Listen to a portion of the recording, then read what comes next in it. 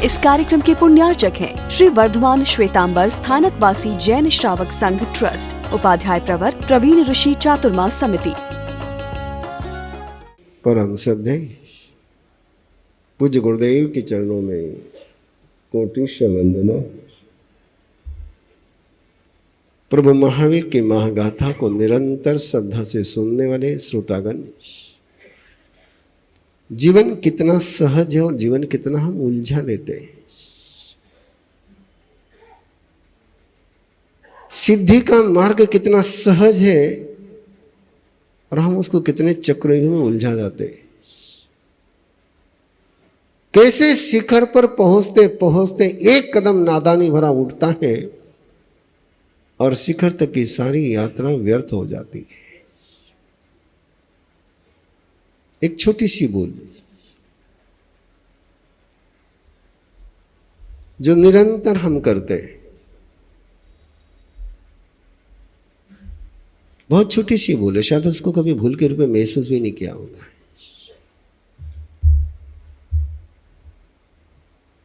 Without permission action, उस भूल का नाम क्या है? Without permission action. हमेशा सोचते हैं कि इसमें परमिशन लेने की बात क्या है। मुझे सोना है, मैं सो रहा हूं। मुझे उठना है, मैं उठ रहा हूं। मुझे जागना है, मैं जाग रहा हूं। मुझे स्वाध्याय करना है, मैं स्वाध्याय कर रहा हूं। मुझे माला गिननी है, मैं माला गिन रहा हूं। लेकिन परमात्मा का शासन एक बहुत गहरी बात कहता है, तूने परमिशन लेकर के स्वाध्याय किया है तो धर्म में है, और बिना परमिशन के तूने स्वाध्याय किया तो स्वच्छंदता में है। तूने परमिशन लेकर के तपस्या करी है तो साधना में है, और तूने बिना परमिशन के तपस्या करी है तो संताप में है। जीवन को एक छोटी सी ट्रेडिंग दे जाए हम लोग कि मेरा कोई कदम बिना परमिशन के नहीं उठेगा। उसमें एक्सक्यूज मत रखिए, ये पूछूंगा वो नहीं पूछूंगा, ये पूछूंगा वो नहीं पूछूंगा। अरे जहां ये एक्सक्यूज हमने रख ली है, एक लाइन खींच ली, किसको पूछने की जरूरत नहीं है, ये बिना पूछे भी किया जा सकता है। और वही से जीवन में साइक्लोन आने की शुरुआत हो जाती है। आज नहीं पता चलता। पहले कदम पर किसी को पता चल जाए कि रास्ता नरक का है तो कभी नरक के रास्ते पर कदम बढ़ाएगा नहीं। लेकिन पहला कदम कभी नरक का नजर नहीं आता। वो नरक मिलता है आखिरी कदम पर, और जिस समय मिलता है उस समय रास्ता चेंज करना बहुत मुश्किल हो जाता है। पहला कदम गलत ना हो, इसलिए प्रभु महावीर के शासन में एक छोटा सा सूत्र दिया गया, without permission no action. No action, वो कौन सी एक्शन है कोई लेना देना ही नहीं। खाना है कि छोड़ना है सवाल ही नहीं। आप क्या कर रहे हो इसका मूल्यांकन ही नहीं है। आप परमिशन लेकर के कर रहे कि बिना परमिशन के कर रहे हैं, यही सूत्र है केवल। और आप चेक कर सकते हो, परिवार हो कि समाज हो कि संघ हो कि कोई ऑर्गेनाइजेशन हो, जहां ये डिसिप्लिन नहीं होती है वहां महाभारत होना ही होना है। ये डिसिप्लिन है तो महाभारत की सारी संभावनाएं समाप्त है। सारे पतन के रास्ते एक छोटी सी बात से खुलते हैं, मुझे परमिशन लेने की आवश्यकता नहीं। मरीचि एक कदम उठाया बिना परमिशन के। मैं बार बार उस कदम का जिक्र करते रहता हूं। कदम गलत था, परमात्मा की भक्ति करना कदम गलत था, परमात्मा से लोगों को छोड़ना कदम गलत था, लेकिन क्या उसने इस रास्ते पर चलते समय ऋषभदेव को पूछा था? और ये नहीं पूछना ही क्या कर जाता है। द्वार पर खड़ा मरीचि करता प्रभु की प्रार्थना, द्वार पर खड़ा मरीचि करता प्रभु से प्रार्थना कि सवाल भरत का नहीं, सवाल मेरे जीवन का है। दी साधना तुमने है, दिया सिद्धि का पथ तुमने है। दी साधना तुमने है, दिया सिद्धि का पथ तुमने है।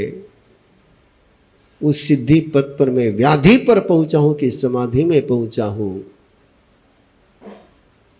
इसका निर्णय आज आपने करना है। सवाल भरत का नहीं, सवाल प्रभु मेरा है। मैंने ही तुमसे पूछा था कि यह ऐश्वर्य प्राप्त करने का मार्ग कौन सा है, और प्रभु ये तो ज्ञात है, किसी से छिपा हुआ नहीं, कि तुम्हारे पूरी धर्म सभा को छोड़ करके मैं ही जीता हूं, तुम्हारी पूरी धर्म सभा को छोड़ करके मैं ही जीता हूं। भरत ने सवाल भले धर्म सभा के लिए पूछा होगा, लेकिन प्रभु जवाब देते समय मुझे नजर से ओझल मत करना। प्रभु जवाब देते हुए मुझे नजर से ओझल मत करना। मैं भले ही धर्म सभा में नहीं हूं, मैं पहले ही धर्म सभा में नहीं हूं, लेकिन प्रभु तुम्हारी नजर में पक्का हूं, इसको कभी मत भूलना। भले ही सवाल धर्म सभा में बैठे हुए को लेकर के है, लेकिन मुझे पता है ये सवाल भरत का नहीं, ये सवाल है मेरा है। मैं धर्म सभा में नहीं, लेकिन धर्म में हूं या नहीं। मैं धर्म सभा में नहीं हूं, लेकिन आपकी नजर में हूं या नहीं, इसका निर्णय आज होना है। मैंने जीना है कि नहीं जीना है, इसका निर्णय आज होना है। प्रभु तुम्हारी कृपा के तले जिया हूं, जहां भी खड़ा हूं तुम्हारी कृपा के बल पर खड़ा हूं। एक पल के लिए भी प्रभु तुम्हारे अलावा कोई मन में मेरे आता नहीं है। मेरी साधना में कोई भूल हुई हो तो, मेरी साधना में कोई भूल हुई हो तो प्रमार्जन भी तो तुम ही कर सकते हो, और तुम नहीं करोगे तो मैं किस ठोर पर जाऊंगा। मैं ये नहीं कहता हूं कि मेरी साधना में खता नहीं हुई है, मैं ये नहीं कहता हूं कि मैंने साधना निर्दोष करी है, लेकिन शरण तुम्हारी हो, शरण तुम्हारी हो, तो साधना के दोष का निवारण करने का दायित्व भी तो तुम्हारा ही है। तुमने कहा हो और मैंने नहीं किया हो तो गुनहगार मैं हूं। तुमने कहा हो और मैंने नहीं किया हो तो गुनहगार मैं हूं। और आपने कहा ही नहीं और मैंने नहीं किया तो जिम्मेदारी मेरी नहीं है, मेरी नहीं है। प्रभु सवाल भरत का नहीं, सवाल मेरा है। जवाब धर्म सभा को नहीं, मुझे चाहिए। इसी एक जवाब में मेरे पूरे जीवन का निर्णय छिपा हुआ है, और तुम ही हो निर्णायक प्रभु, तुम ही निर्णायक हो प्रभु, कि मैं जीवन की सही राह पर चला हूं कि गलत राह पर चला हूं। मरीचि द्वार पर से प्रभु से प्रार्थना करता है। पूरी धर्म सभा भरत के सवाल पर चकित हो गई है कि ऐसा सवाल किस धर्म सभा में कोई है जो तुम्हारे जैसा तीर्थंकर बनेगा। और सभा भी सुनना चाहती है कि ये बीज हमारे अंदर पड़ा है या नहीं पड़ा है, कि हमारी ये संभावना है या नहीं। हर एक व्यक्ति के मन में लगता है कि हाँ मेरा ही नंबर लगना चाहिए। हर व्यक्ति को अपना अच्छा अकाउंट बहुत बढ़िया लगता है, दूसरे का अकाउंट कभी उसको अपने से बढ़िया लगता ही नहीं है। और कर्म सिद्धांत एक बात बहुत गहरी कहता है, जिसको दूसरे के अकाउंट की कदर नहीं होती है उसके नीच नाम कर्म का बंध होता है, अशुभ नाम कर्म का बंध होता है, नीच गोत्र का बंध होता है।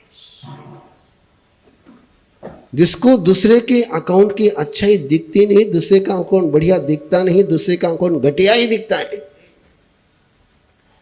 परात्म निंदा प्रशंसे च, स्वयं की प्रशंसा और दूसरे की निंदा की जिसकी वृत्ति होती है उसका कुल कभी प्रभु के ते ऊंचा होता ही नहीं है।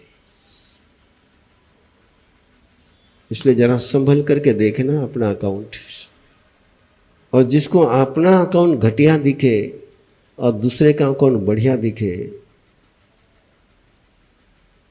उसकी ग्रोथ होती है। इसलिए धर्म सभा में बैठे हुए हर व्यक्ति को यही लगता है कि यस आई एम ग्रेट, मारा में कई कमी है, मारा में कई कमी है, मैं कई कम करियो है, मारा साहब उनको नाम ले मैं कई करियो को नहीं गई, वो कई करियो मन थाने दिखे, वो कई नहीं करियो को मने माला में। और इतने से चिंतन में तुम्हारे नीच गोत्रग्रह बंद हो जाता है। जिनके कानों को किसी की प्रशंसा सुभाती नहीं है वे केवल संगम देव ही होते हैं। जानते हो ना संगम देव को?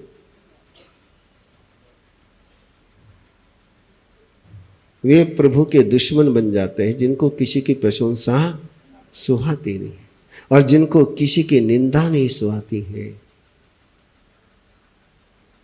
जिनको किसी की बुराई नहीं सुहाती है, जो ऐसा सोचते कि मेरे कानों पर किसी की बुराई आई तो मेरे कानों में जहर आ गया, ऐसा जिनका सोच होता है उनका जीवन धन्य धन्य धन्य हो जाता है।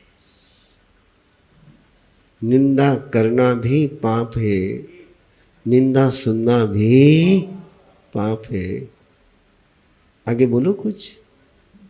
निंदा सुनने वाला नहीं हो तो निंदा करने वाला रहता ही नहीं है। तो निंदा लोग इसीलिए करते कि निंदा कोई सुनता है। खाना किसी लिए बनाते? कोई खाने वाला नहीं हो तो खाना कौन बनाएगा? बखान क्यों सुना रहे? सुनने नहीं वाले हो तो बखान कौन सुनाएगा?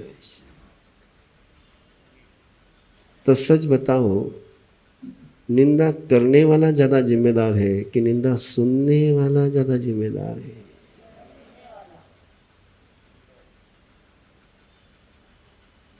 बाकी तुम तुम्हारा देखो,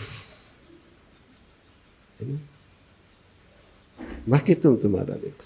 बस एक छोटा सा प्रसंग दे रहा हूं। 92 की बात है। बंबई से विहार करके हम लोग अहमदनगर की तरफ जा रहे थे।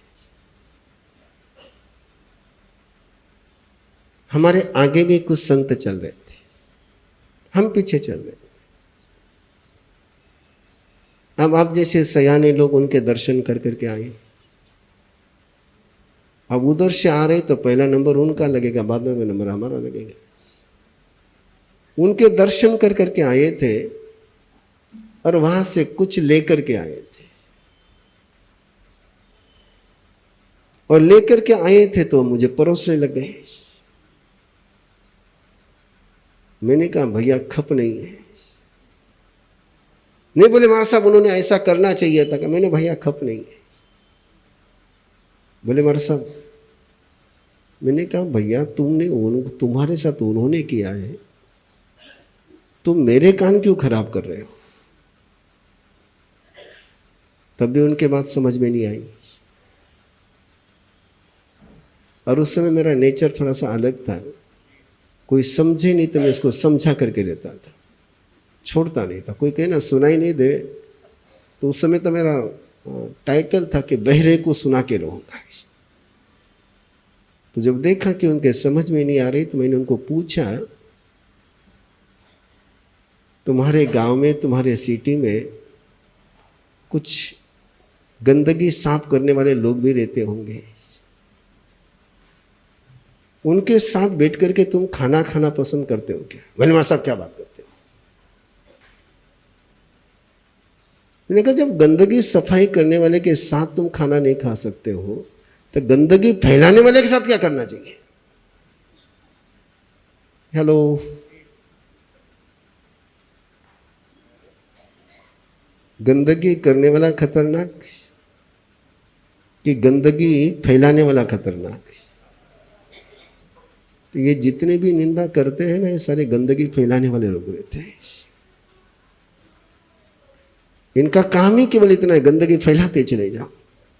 और सफाई कर्मचारी को तुम लोग साथ में नहीं रखते हो, अरे गंदगी फैलाने वाले से तुम प्यार करते हो, कितने सयाने हो। फिर जाकर के उनके समझ में आएगा अपन क्या कर रहे हैं। मुझे लगता है आपके भी समझ में आ जाएगा। धर्म सभा में हर व्यक्ति सोच रहा था कि मेरा अकाउंट बहुत बढ़िया है, लेकिन जिस समय भगवान ऋषभ देव ने अपने वाणी, अपने वरदान बरसाने शुरू किए तो भरत किया और धर्म सभा किया, सबको शौक लग गया, गजब का शौक लग गया।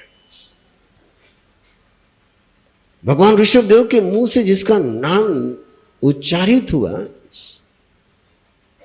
उस नाम को सुनते ही लोगों को लगा हम कोई सपने में तो नहीं। इस कार्यक्रम के पुण्यार्चक हैं श्री वर्धमान श्वेतांबर स्थानकवासी जैन श्रावक संघ ट्रस्ट, उपाध्याय प्रवर प्रवीण ऋषि चातुर्मास समिति, महावीर भवन, इंदौर।